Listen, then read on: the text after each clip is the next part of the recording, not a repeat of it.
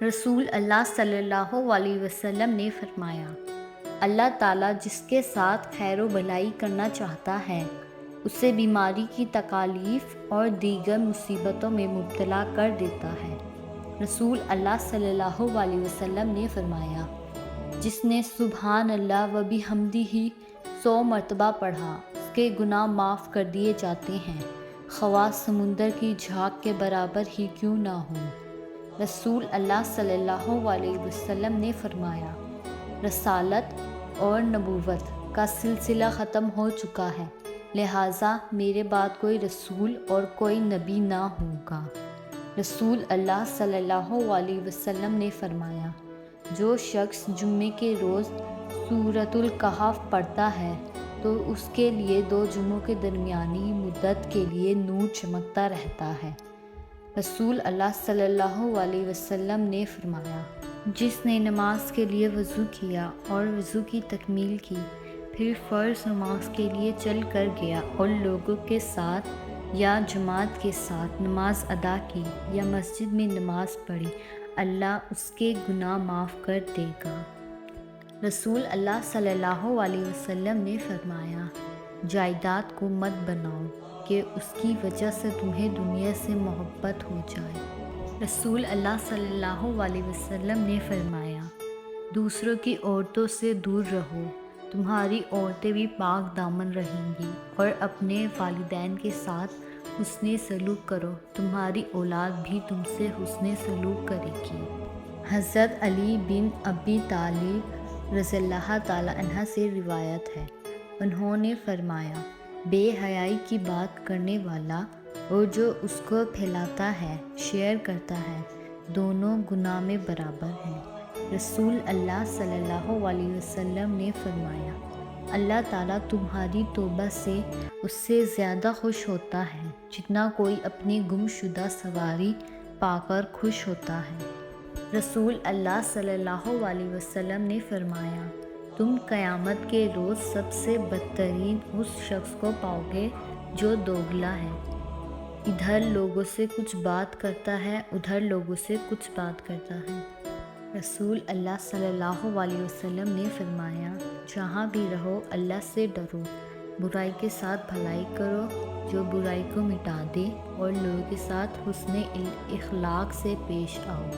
رسول اللہ صلی اللہ علیہ وسلم نے فرمایا، اگر تم چاہتے ہو کہ اللہ اور اس کے رسول صلی اللہ علیہ وسلم تم سے محبت کریں تو امانت کو ادا کرو، اگر تمہارے پاس رکھوائے جائے اور سچ بولو، جب بات کرو اور جو تمہاری پڑوسی ہو اس کے ساتھ اچھائی سے پیش آؤ۔ رسول اللہ صلی اللہ علیہ وسلم نے فرمایا، میں جس کام سے تمہیں روکوں اس سے اجتناب کرو، اور جس کام کا حکم دوں اپنی استطاعت کے مطابق اس کو کرو، کیونکہ تم سے پہلے لوگوں کو یعنی غیر ضروری سوالات کی کثرت اور اپنے انبیاء سے اختلافات نے ہلاک کر دیا۔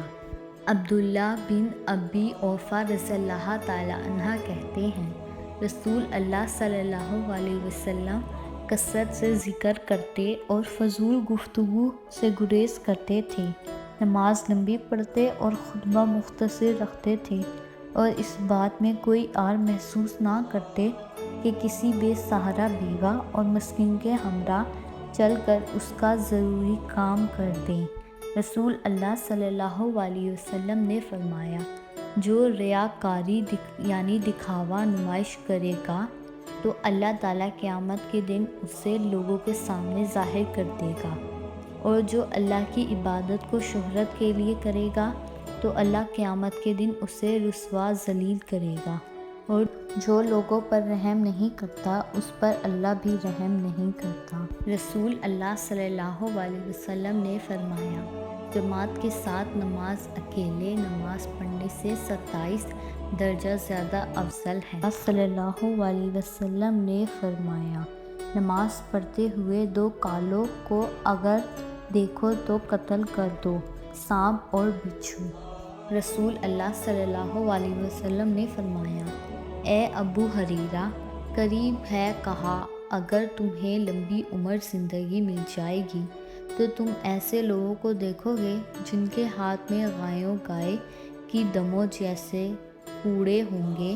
وہ اللہ کے غضب میں صبح گزاریں گے اور اللہ کی سخت ناراضگی میں شام بستر کریں گے۔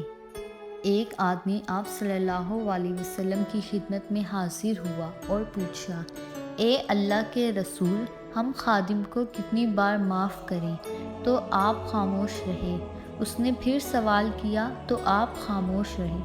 پھر جب تیسری بار پوچھا تو آپ نے فرمایا، اسے ہر روز 70 بار معاف کرو۔